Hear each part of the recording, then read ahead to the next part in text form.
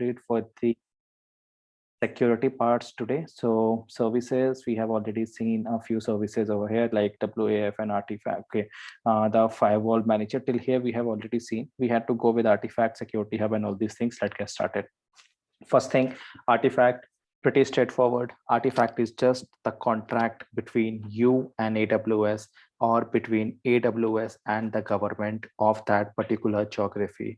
For example, you decide that you will be hosting your data inside AWS South Korea or AWS Japan. So in that case, even though it is inside AWS Japan, at the end of the day, the governance is controlled by the government of Japan in that case.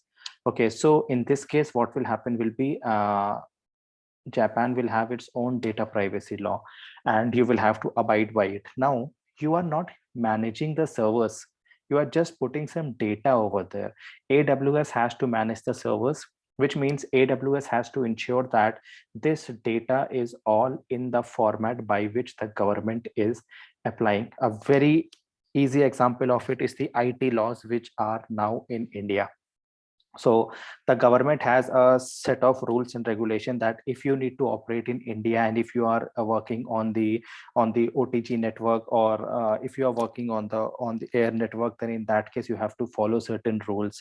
Similarly, over here for the cloud also, the government has created certain rules. If you want to see, just click on view agreements and you will see all the agreements which are there. So for example, AWS in Australia, AWS business over here, and New Zealand, this is in Japanese. So all the organizations or whatever organizations are there, if in case you are working with AWS, you can take these basically artifacts or these particular agreements. Now this, by the way, if you are interested, you can go and have a look for let's say RBI data laws India.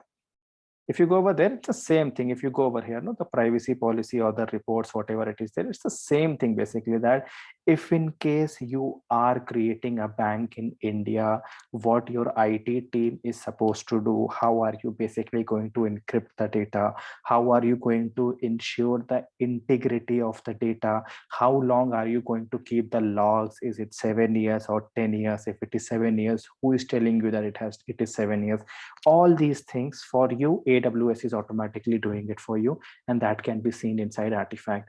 Pretty a service that you won't want to use much, but yeah, not bad to know either. Next is your Security Hub. Security Hub is actually not one service, rather it is a combination of multiple services or multiple things. So you know that we already have something known as a guard duty. We know that there is something known as an inspector, and then for going and managing your S3 buckets, we have Messi. So what Security Hub is going to do is it's going to go and combine all of these services together. So basically, whatever is happening inside your AWS account, guard duty, what is happening inside your instances, inspector, what is inside your S3 bucket, Amazon Messi. You basically, it goes and just combines all of these together, and it is going to give you a report based on the thing or the suggestion that it has. So each of this is known as a security check, and basically each check that AWS does is known as a event. So in this case, nothing much to do from your end. You just have to go to Security Hub, you have to click on enable Security Hub, and that's pretty much it. So just click over here and then enable Security Hub, and it's done. Apart from that, if you want, you can go and give or create the admin for some other person also. So they will be basically controlling your AWS account by going into the concept of delegated administrator. Okay. Finally, going to AWS Detective. Detective basically, now yesterday when we saw the logs, we know that in this case, AWS is only showing us that this IP tried to log into your account, or this blacklisted IP tried to log into your account, and things like that.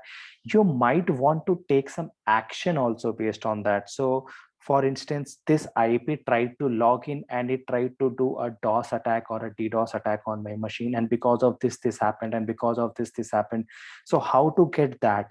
So again, the same thing via CloudTrail logs, what is happening inside your account by the users, VPC flow log, what is happening inside your VPC, and finally the guard duty. It combines all of them, and based on that, it is going to go and give you a report on how and what is the problem or what is the potential root cause of the security issue that is there inside your account.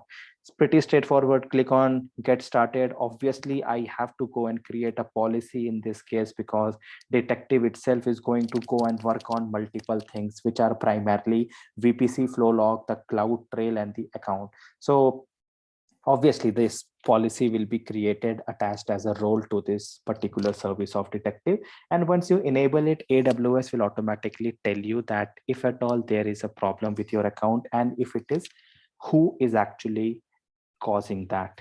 Next part over here, almost done now.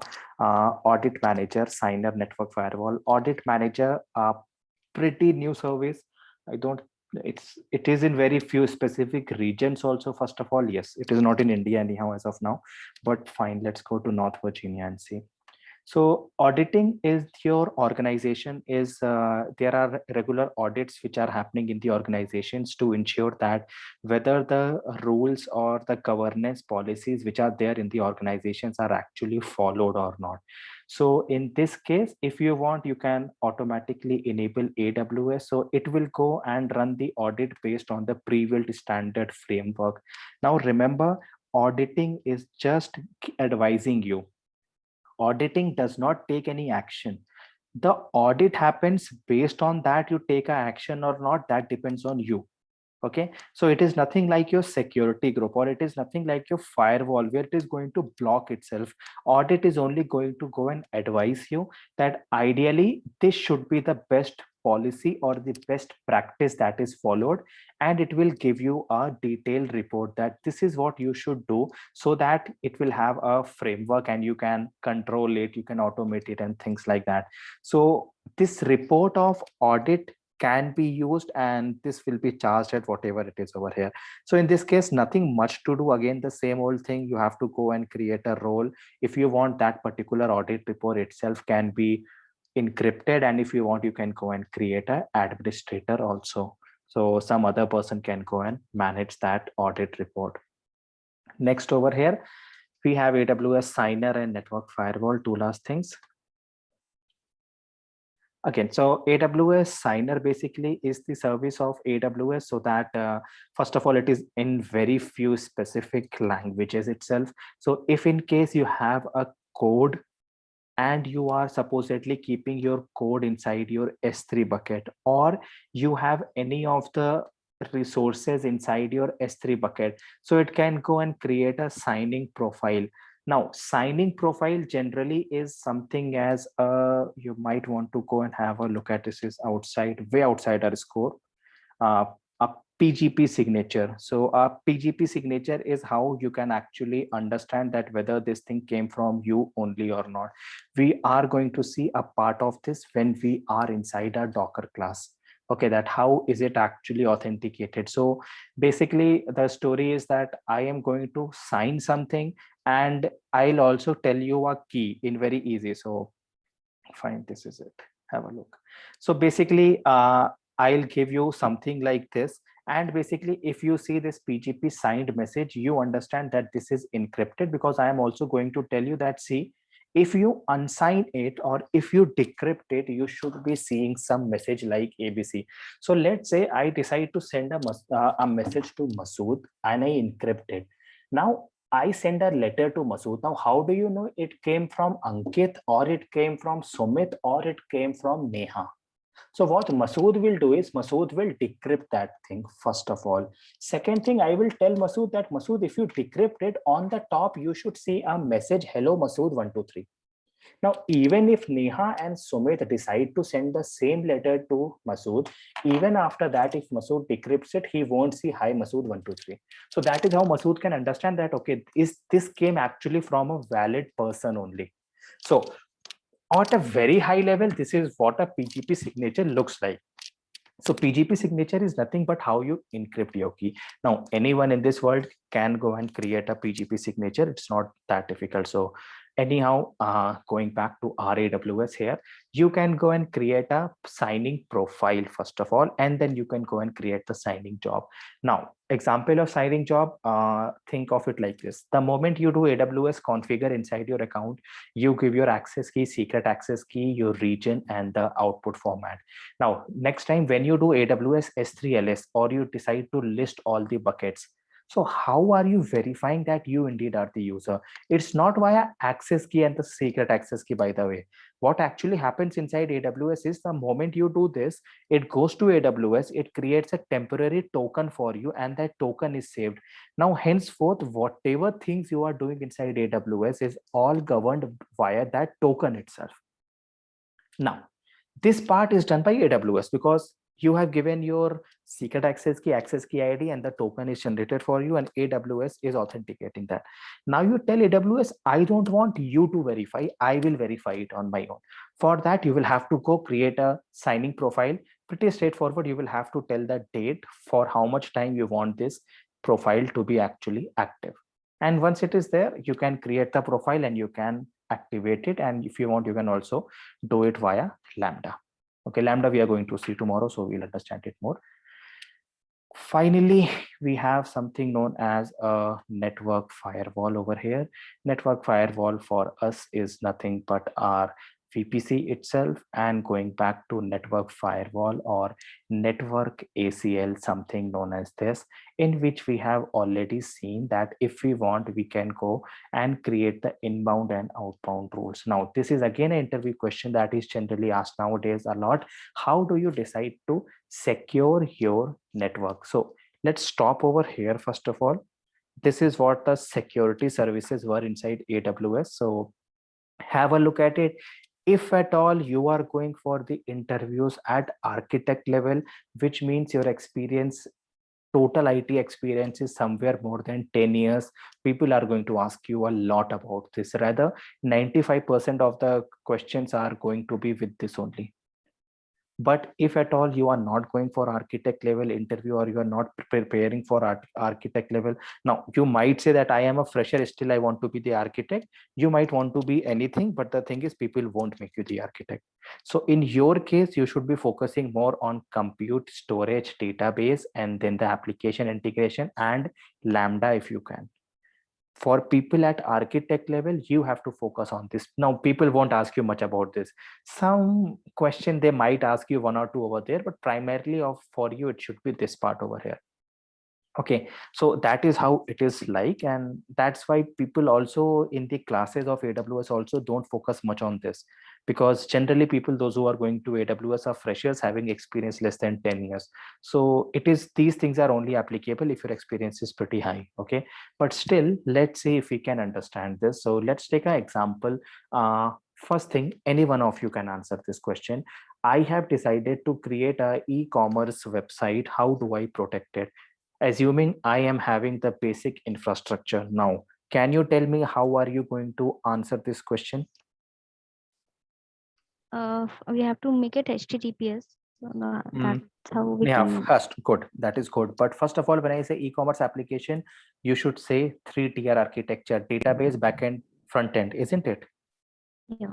Right, good. Please start. So first of all, if you ask the interviewer, they will also tell you 3-tier architecture. So Neha, let's start with the database. What security parameters are you going to place for the database?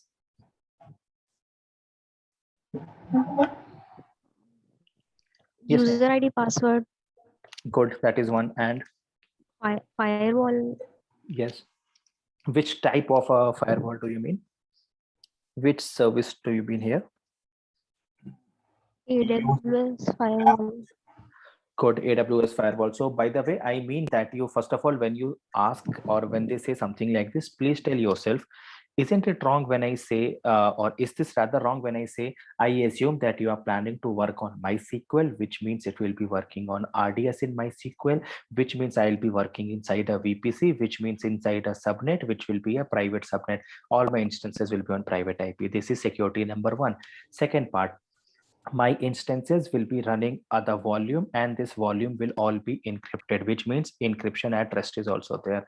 Third, because my instance is connected to a subnet, which is connected to a route table, which is not connected to either an internet gateway or aggressively internet gateway, which means this particular instance become a private instance or a private subnet. Next, if I want to go and make a connection with it, I am going to use the concept of a bastion host. Do we understand what a bastion host is first of all? No, I think we have not discussed. Good. It is very easy. You have discussed it, Neha. So let's say, Neha, if I have to go and hit your instance right now, what do I need to go to? I need to hit your router first, right? Yeah. Router is bastion host. That's it. Okay. Okay. Just only a fancy word of saying that. Okay. Let's take another way, Neha. Your instance is connected to your home. 4 computers are there. They are connected via each other only, and only one of them is connected to the network router. Second, you have another instance or 4th machine which is connected to the router. Now, Neha, if I have to go and hit your instance, I can directly connect to that 4th machine, isn't it? Yes. And via the private IP, I can connect, right? Yes. Good. Let's have a look at the bastion host concept and see if you can understand this. Understand this now? This instance making connection with any of them, bastion host. Yes. Understood? Yeah. Bastion host every day is happening in your house also, no? So one instance via the public and private. For those who have seen the MongoDB, remember bastion host was MongoDB Mumbai and private subnet was MongoDB North Virginia. Now do you remember, Neha? Yeah. Did you see that video? Yeah, I've seen. Good. So MongoDB Mumbai was bastion host. Okay. Okay, so fine. So when we talk about database, let's go back to the question. When we were talking about the security, whenever you talk about security, you should be saying 2 things: security at rest and security in transit. Security at rest can be done in 2 ways. First, you can go and encrypt your data, or whatever storage is there, you encrypt it. Via what? That answer will be first the key by AWS, second is KMS or key management service. If you are using that, you can use your own key to encrypt the data. And then the same old story which we said. Next part, any one of you, I am planning to secure my backend network. How can I do that? Anyone? No, very same old story. If I have to protect my backend data, I have to do encryption. Encryption story you already know, which is data at rest. Data in transit is done exactly how Neha said. ACM, Amazon Certificate Manager. I am going to encrypt the data over HTTPS or TLS. Apart from that, my backend is going to be hosted inside my private subnet, which will be connected to a load balancer, which will be connected to a public IP if at all it is required. It might also be connected to either a CloudFront, Route 53, Global Accelerator, or my endpoint. Then my instances will only be working on the private IP. If at all I need to go and work on the instance or I need to make a change, that can be done via the snapshot or the AMI, which can be configured inside my instance. Have a look over here and tell me if you can understand that. This is a load balancer over here. Load balancer is hitting an instance, which is actually hitting a private IP or a MySQL. This also is the private network. This also is the private network. This is the private subnet database, or that backend is hitting your MySQL database over here. It is connected via load balancer. Are we good? Yes or no? Yeah, good. Good, fine. So if at all you still have to connect with this instance, that can be done via this machine, which actually becomes the bastion host for you. If at all you have to connect to it via the internet, it can be connected via what? If a private instance has to go and connect to the internet, what are the options that it has? Cable or VPC or no, not cable, sorry. Yeah, let's answer this. Your laptop right now is not connected to the internet directly, right? It is connected via the router, isn't it? Yeah. What is this concept known as? VPC. Okay. NATing. Okay. Okay, please don't forget basics. NATing. Okay, router to internet or the private devices are connected to it. Just remember the word. NATing and Bastion host are the same concept only. They are not same, but if you don't remember, then they are the same only. You connect. Bastion host is, this is a public, I connect to any one of them. NATing is all of them are connected to one public IP or to one router or to one gateway, and that gateway is connected to the internet. That is NATing or NAT. Let's go back. So if we are good till here, please help me in telling that how do you protect your front end website. This is the actual interview question which I am asking you at the architect level. Please, anyone, how do I protect my websites in front end? What do I do? That is using certificates only we can do. Good, but certificates is only data in transit, right? What about data at rest? IAM roles. Good. So let's say that if it is hosted on an instance or S3 bucket, IAM roles or IAM rules, like you said, or IAM policy, fine. Second, certificates, ACM, done. Third, CloudFront. what will CloudFront do? No, not sure on that. Good. So if you talk about website, first your question should be, if you are planning to host a website, where are you going to host it? Is it inside your instance like we did for Apache web server, or is it inside S3? Asking this type of a question to the interviewer tells them that you have actually worked on these things. Got it? Okay. If I just say, I am planning to create a e-learning website or a e-learning framework, what do you do? Your question should be, first part, obviously you need a website. Where do you plan to host it? S3 or instance? If the interviewer is smart, they will obviously say, you tell me what do you need. In that case, your answer will be, you tell me how much traffic are you expecting. If the traffic is pretty high, then either of them. But where are you planning to launch this website? Do you want the latency to be pretty low? If the latency is pretty low, what do I do? CDN, isn't it? CloudFront. If the latency is not a problem, what do I use? Load balancer, EC2 instance. Got it? Yes. Good. Now, if this is there, then you should ask about then you should say, now that we have decided that I am either working on S3 or EC2, if it is EC2, the same old story, EC2 data at rest, encryption, KMS, my volume, lifecycle policy, encryption via whatever KMS or whatever key I have. Apart from that, it will be inside a private subnet with NAT, with load balancer. Load balancer can be attached to either Route 53 or to CloudFront or to Global Accelerator if it happens to be a application load balancer. Also, my load balancer is only going to work on the SSL or the TLS traffic. Next part, if in case you are planning to work on S3 bucket endpoint, S3 bucket endpoint is connected to CloudFront, which can be connected to Route 53, or S3 bucket itself can directly, S3 bucket endpoint rather can directly be connected to your Route 53. So S3 bucket encrypted via KMS or via the key data in rest, it is encrypted. Any data going in and out of S3 is also encrypted via the certificates which are there inside my CloudFront, like Neha you had said.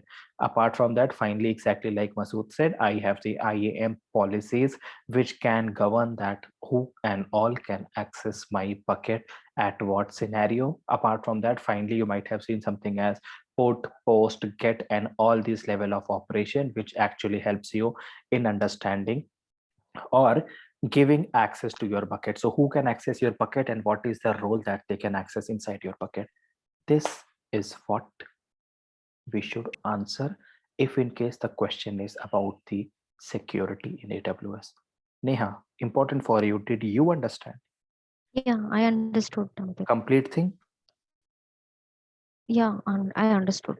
Good, because you have almost completed this, no? So anything that I say should not sound like Latin to you, that I don't know only what this guy is saying.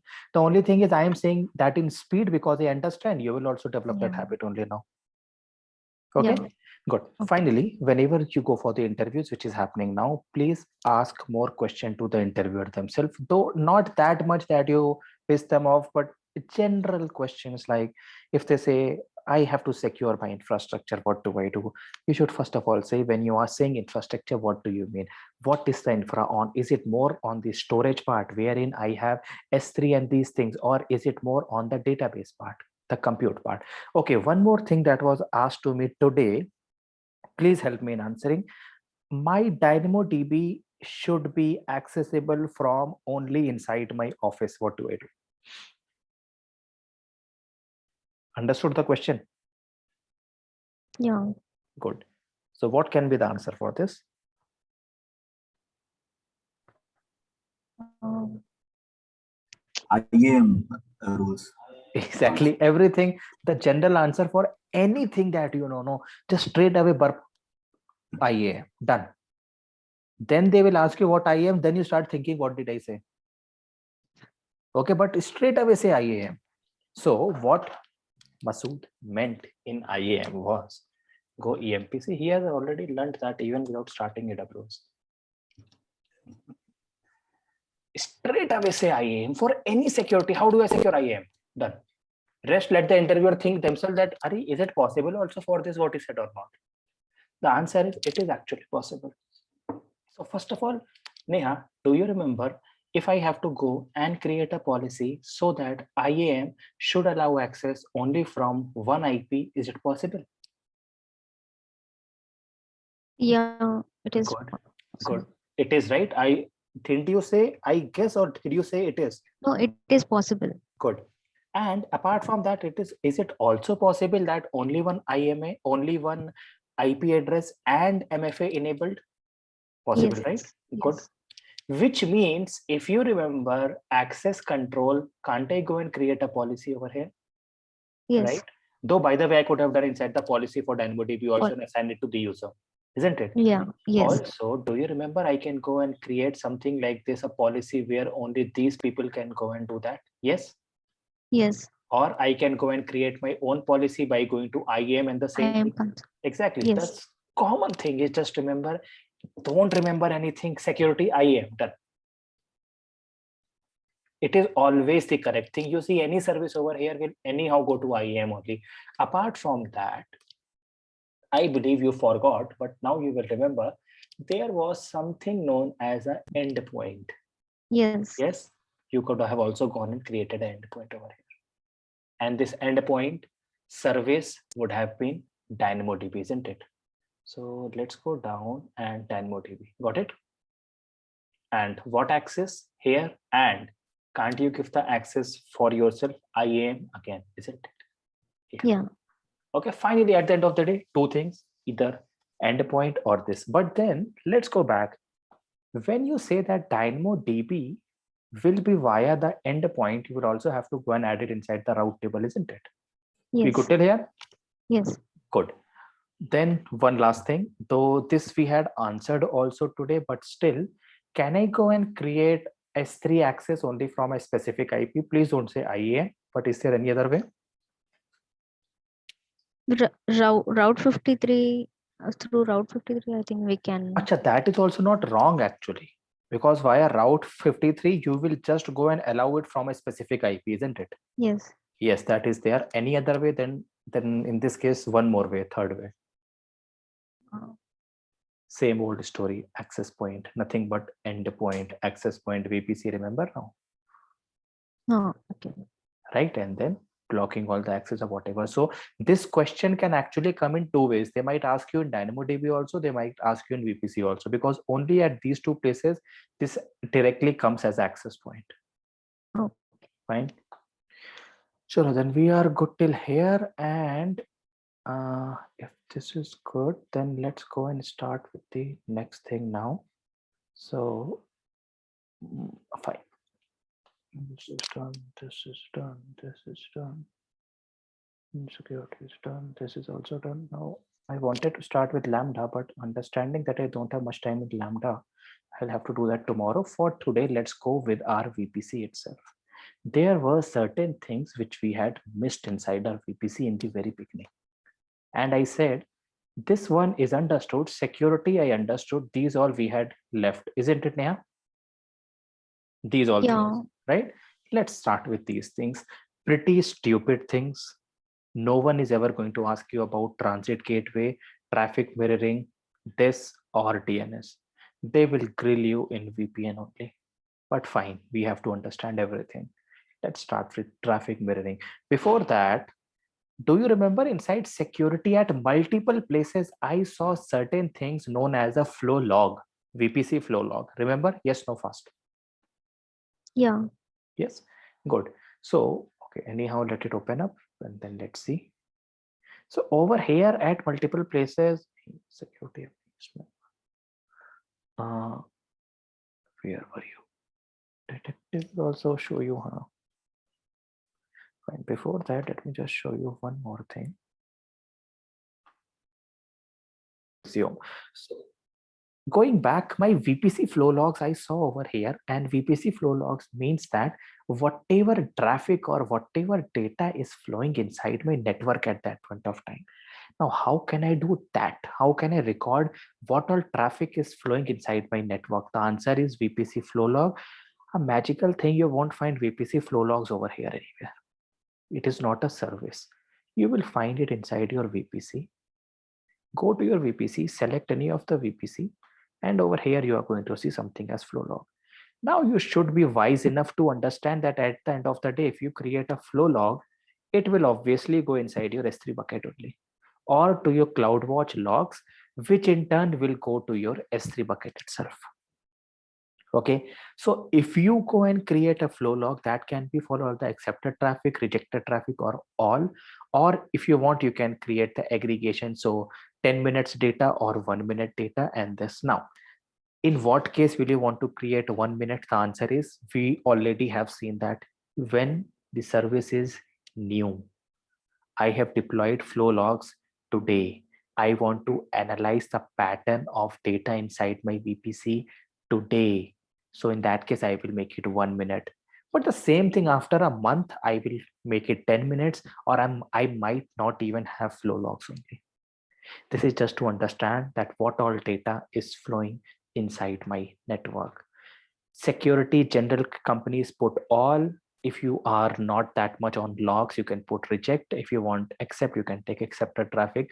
This you understand automatically. Now, which one to take, which one not to take? The answer is how much money do you have? Because at the end of the day, everything goes to S3 bucket only, isn't it? So S3 bucket, the more data you log, the more your S3 bucket pricing will go down, which means I am sending it to S3 bucket, but I want my bill to be as low as possible. So what is the service that I can use in this case? Anyone? The question you understood. I am logging for 1 minute. So everything is going. Obviously, my S3 bucket will be completely full, or full as in S3 doesn't have a maximum size. The size will go up like anything. I will be charged a lot. So what can I do by which my configuration has to be this, but I want to bring the bill as low as possible? What can I do? Is it possible that we move the data to another AZ S3 so that billing will be distributed and that way? Achha, ma'am, billing anyhow at the end of the day, you only have to pay, right? Okay. Right. Yeah. Okay. So No, you buy 2 chocolates, or you put 2 chocolates from different doors, or one door 2 chocolates, you only have to pay that. Then we can go for an approach like what is cloud?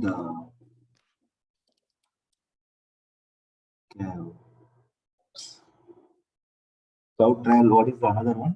CloudWatch. CloudWatch. To get a notification. But Masood, CloudWatch logs are also kept inside. Achha, you are seeing this one here. Yes. Arey, CloudWatch log, chalo, let me show you only. What you said is not wrong, but at the end of the day, CloudWatch logs itself go inside cloud, inside your S3 only. No, You don't have an option over there, right? Yes. Now, what I'm trying to explain is like by using a CloudWatch, before we are getting more data, we can get a notification, we can control it. Acha, fine, that is fine. But like I said, no, this one has to be this only. I will put 1 minute data, I will put all the data, and it has to go to S3. Now tell me, how do you think the bill can go down? First of all, is the question understood to all? Bucket size will be 1 GB per day. I can't help it. But still, I want the price to go low. What can I Then do? we can add this thing ELB, elastic, EFS, elastic file storage. Not bad, not correct also, because EFS, if you go and put over there, no, what will happen is, first of all, have a look over here. This, what you said is not wrong, Masood, actually. That is why I opened this. You see, you can put a retention setting. Data will automatically be deleted after this much. First part. Okay. So if you said CloudWatch, if it comes out from your mouth, CloudWatch, and they say, no CloudWatch, then say, bhai, there is retention, I can put that. Though the answer was or is, what was Glacier, by the We way? can Glacier. Good. Yeah, I was just about to say that. Yes, you can put it inside S3 Glacier, but Glacier though is not available only over here. It is only S3 bucket. It cannot be No, Glacier. but lifecycle policy. Exactly, that's the answer. Whenever I say my S3 bucket below, your answer by default has to be lifecycle policy. Just say that and you are good. Okay, the answer is S3. Go for any of the bucket. Let's take this bucket, for instance, and then like, okay, fine. Management here, lifecycle rule, and exactly like Neha said, go and create a rule. So let's say move to archive, and then say everything has to go to Glacier or Glacier Deep Archive, whatever you want. Okay, and by whatever days you want. So the data goes over here, and after, let's say 10 days, it goes to Glacier or Glacier Deep Archive, whatever you want. Okay, that was the answer. S3, by that virtue, it cannot do anything else. S3 will charge you. The only thing is you are putting it into archival mode, which helps. Fine. So going back, I can go and put my data over here, which at the end of the day goes inside my CloudWatch or S3, and then this data is flow log. Obviously, it is telling you who all tried to access your network at what time based on whatever your configuration is, all inbound, rejected, accepted traffic. You can see that. If you only want it for a specific subnet, the answer is flow logs are there for this also. Flow logs. Okay, so you can go and create a flow log again over here. So at that time, Neha, by the way, we had missed many things, but now tell me, do you understand what a flow log is? You know that what is a route table, you know you can attach it to a ACL, you know you can share it via RAM, right? Resource Access Manager, and finally tags. Now are we good? Yeah. Right, everything over here, no? Yes. Cool. Now let's go back to our VPC and have a look at what all do we understand. So CIDR we understand, flow logs and tags, isn't it? Yeah. Good. So if this is good, now let's get started with our mirror sessions. By the way, why was flow? Ankit, we have previously discussed about monitoring the logs, no, automatic. Yes. So that part can be applied to this flow logs, or Yes. this is different. No, same thing. Logs are only there. No, you can go and have a look at the logs. See, automated. No, Acha, you are saying that in I saw it security over we here. have discussed, no. Yeah. But I understood what you are saying. You are saying that I don't want to use that service. I want to use my own service, isn't it? No, I'm asking in our AWS security, only can we monitor these flow logs also, VPN flow logs? The flow logs is that only. Okay. What we saw over there, we were talking about this flow log only. Okay, fine. Then we didn't understand. Now we understand what flow log is. Okay, fine. Okay, cool. So let's get started with mirror session advice. A topic which is not that greatly used, honestly, but still have a look at it. Pretty straightforward. The concept is data is flowing inside your, let's see it like this. This will help you. My data graph. This is there. Fine. So this is your traffic mirroring. Now what happens is data is going inside your traffic mirror, and as mirror you understand, same data is going here also, and the same data is going here also. In other words, let's say data is going and entering your VPC. Now VPC, you will have to log the data also if you want to log to understand what is happening. That logging can take some time. Now let's say data enters my network, it goes to my backend is responding back within 1 second, but my logger is saying, wait, I have to log it. So what happens?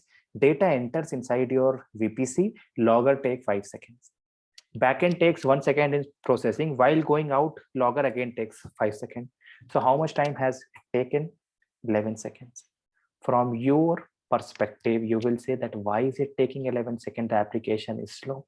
Actually, the application is not slow. The thing is, your logger is taking time, because until it logs, it won't allow. So rather, let's take example of this. Your traffic is going over here. It is taking 1 second. It is going back. And the same traffic is also being mirrored over here. Here you take 5 seconds or 10 seconds. It does not bother me.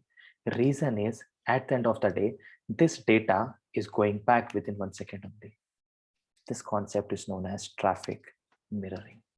The same data is being replicated to some end target also.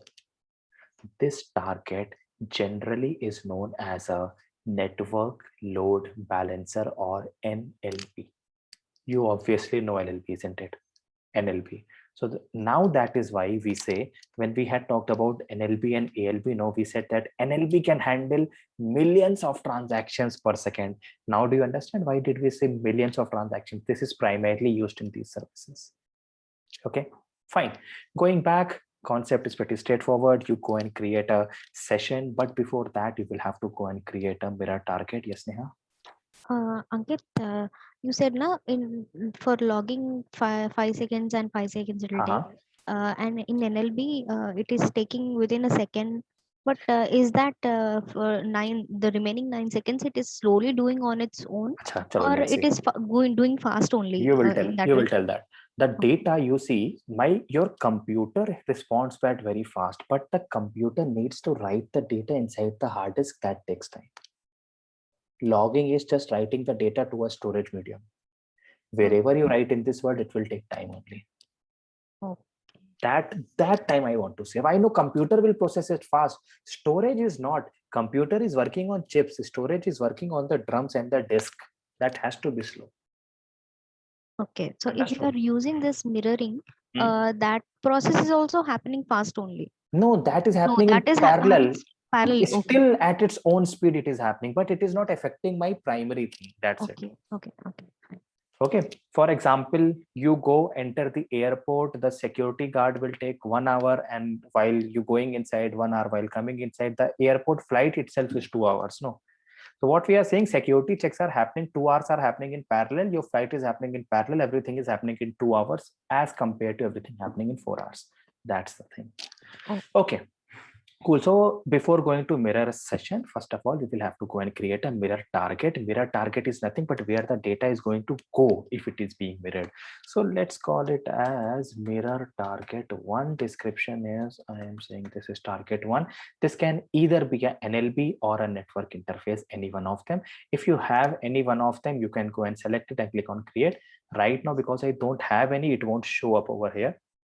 But as a practice, please go and create a network load balancer and then see it will be visible over here.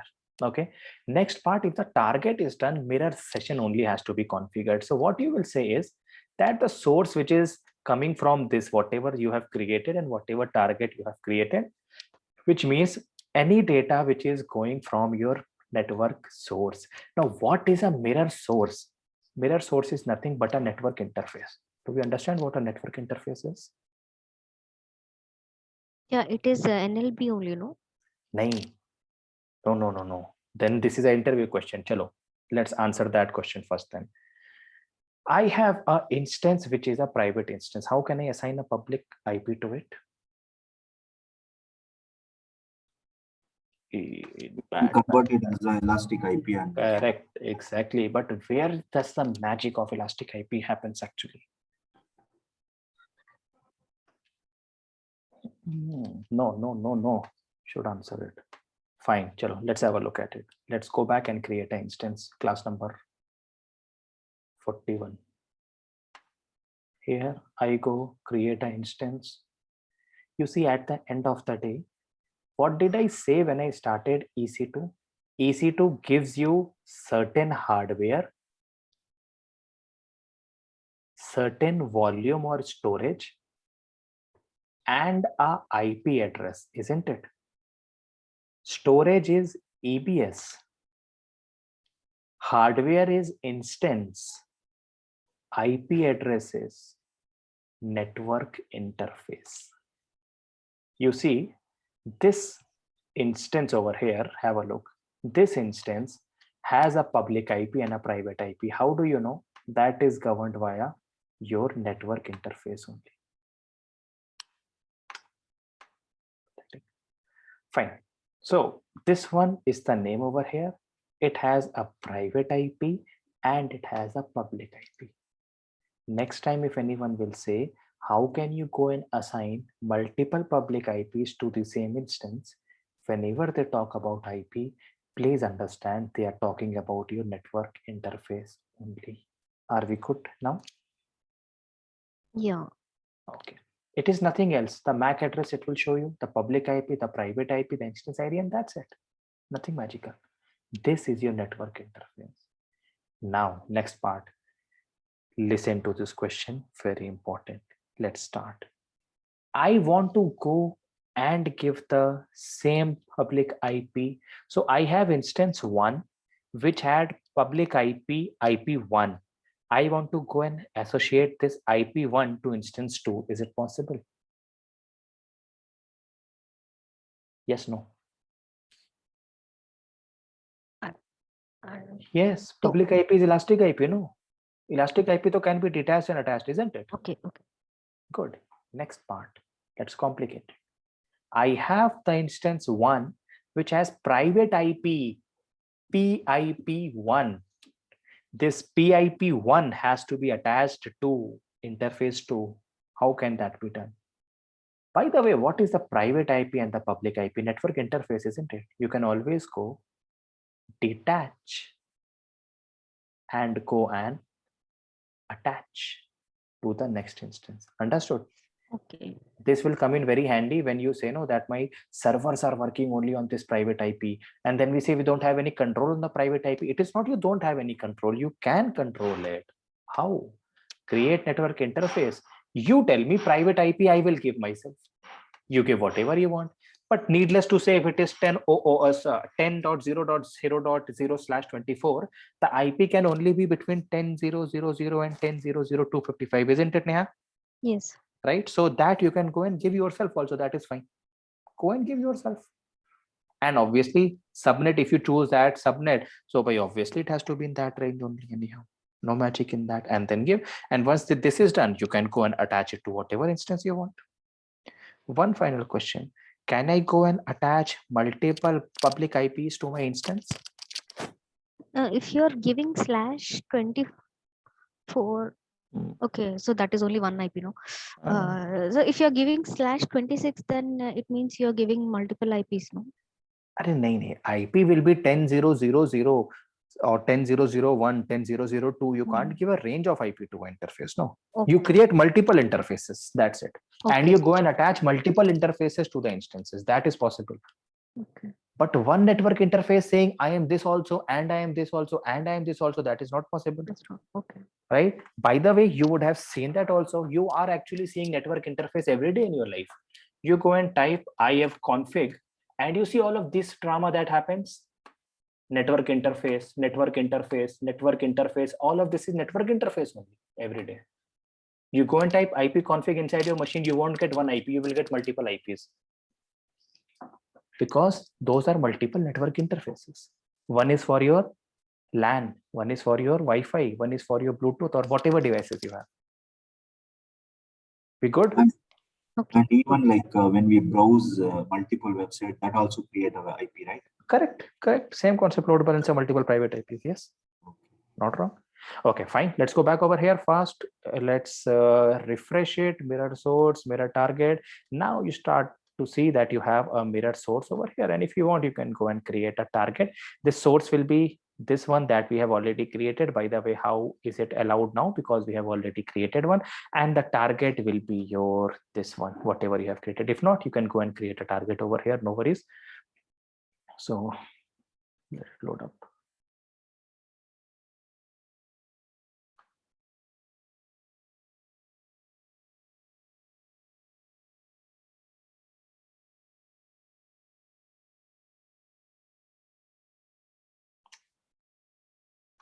Same thing, if you do old experience, everything magically will start to work. But they are retiring it from June 15th. So over here, network interface, and I click on target, and I now see the mirror target coming up, or this network interface, which is ENI ending in CDE. Go back over here. This also ends in CDE, which means at the end of the day, whatever data is flowing inside your this magical instance will all land up inside whatever target you have done. This concept is known as mirroring or traffic mirroring. If you want, you can also add the concept of filter, pretty stupid. The same way as you have tags inside your S3, you might want to go and add a specific rule. So only accept this traffic which is on this port and on this port, only accept traffic which is from this port, which means you might also want to reject. Now remember, rejecting or accepting over here is having no effect on your instance or your VPC. This is only the rule for your mirroring. Mirroring won't happen, that's it. Okay.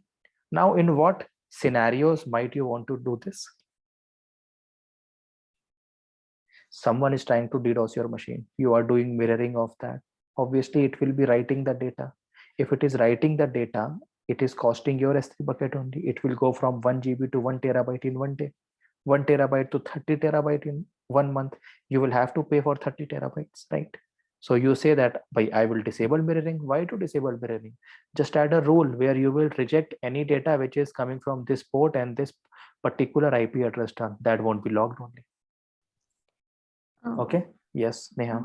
We are already stopping DOS and DDoS by using security, no? So if that we are doing, then this will not that we are, come into then it won't be a problem. Yes, correct. Then if that is successful, then it will not come into this only. Correct, exactly. Okay, fine. Yes. But because you know, $3,000 a month, 12 months commitment, $36,000 a year. That's why. If in that case I want to secure, I use the concept of traffic mirroring. Okay.